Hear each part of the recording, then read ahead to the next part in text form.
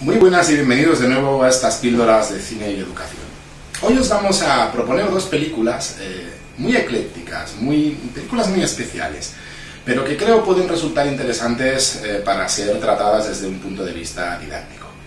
La primera de ellas es una producción española llamada La Mula, que detrás suyo tiene una historia cuanto menos curiosa. La película se rodó hace aproximadamente 2 años, en el año 2011, y el director designado era un británico, Michael Radford. Algunos lo recordaréis porque fue el realizador del Cartero y Pablo Neruda, y la película se planteó en un principio como una coproducción internacional en la que varios países ponían dinero.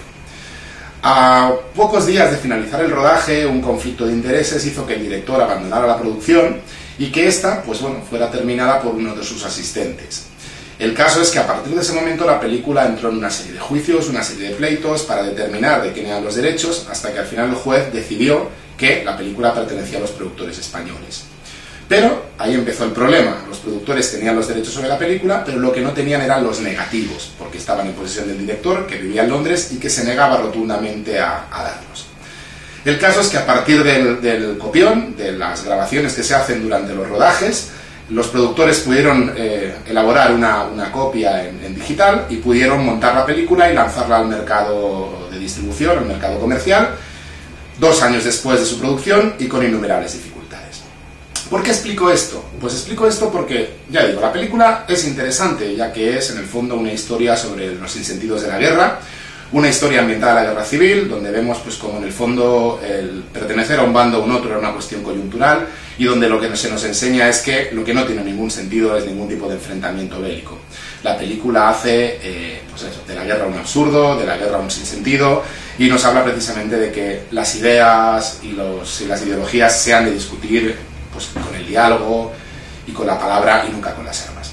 Ya digo, una película interesante que tiene un hándicap, y ese hándicap es que la calidad de imagen es rematadamente mala, y es mala por lo que he explicado, porque la copia se ha hecho a partir de imágenes grabadas en vídeo, donde no se ha cuidado la calidad, y lo que el espectador se va a encontrar es una película interesante, pero una película con una calidad técnica a nivel de imagen, a nivel de sonido y a nivel de montaje muy mala. Tengo constancia de que algunos cines advierten de esta circunstancia, advierten de que la calidad no es demasiado buena. De la misma manera tengo constancia de que otros no lo han dicho, y muchos espectadores que han entrado se han visto muy sorprendidos viendo una calidad de imagen realmente floja. Creo que es honesto decirlo, creo que es honesto decir que la película no está mal. Ya digo, la película es una alegoría sobre el sinsentido de la guerra, una película muy costumbrista, que parece mentira que esté realizada por un inglés. Es una película que entiende muy bien los acontecimientos que surgieron en la guerra civil, pero con una calidad técnica muy deficiente, y probablemente una película que los distribuidores tenían que haber puesto a un precio en las salas comerciales reducido, ya que pagar 9 euros por ver una película con esa calidad nos parece excesivo. De todas maneras, la propuesta creo que es interesante y que podemos sacar partido de ella. La segunda película es una de las cintas, creo, más interesantes que se han estrenado a lo largo de este año 2013. La película se llama Rebelde. Su título original es The War Witch. Es una película canadiense que nos explica la historia de una muchacha, una chica de 14 años, que vive una situación trágica en un país del África subsahariana, una situación que se ve marcada por las guerras civiles, por los enfrentamientos bélicos, por el hambre, por la miseria, por los abusos contra los derechos humanos de todo tipo, y una chica que básicamente basa su existencia en intentar sobrevivir y en intentar mantener con vida al niño que ha engendrado.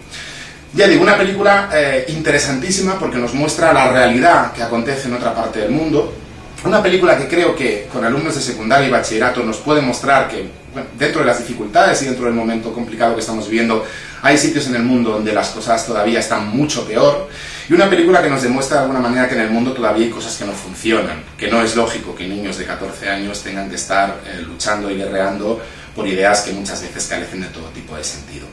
La película ha funcionado muy bien en festivales internacionales. De hecho, a la protagonista, una actriz absolutamente amateur, sacada de una tribu de África, ha ganado varios galardones en distintos festivales internacionales, repito, y una cinta que creo puede resultar muy ilustrativa y puede dar juego a un montón de aspectos reflexivos dentro de un aula. Creo que es una de las mejores propuestas del año, y me parece una película extraordinaria, una película que no cae en ningún momento en la demagogia, ni cae en situaciones fáciles, sino que hace un retrato fidedigno, un retrato honesto de lo que es la situación en la África subsahariana, y que recomendamos fehacientemente desde aquí.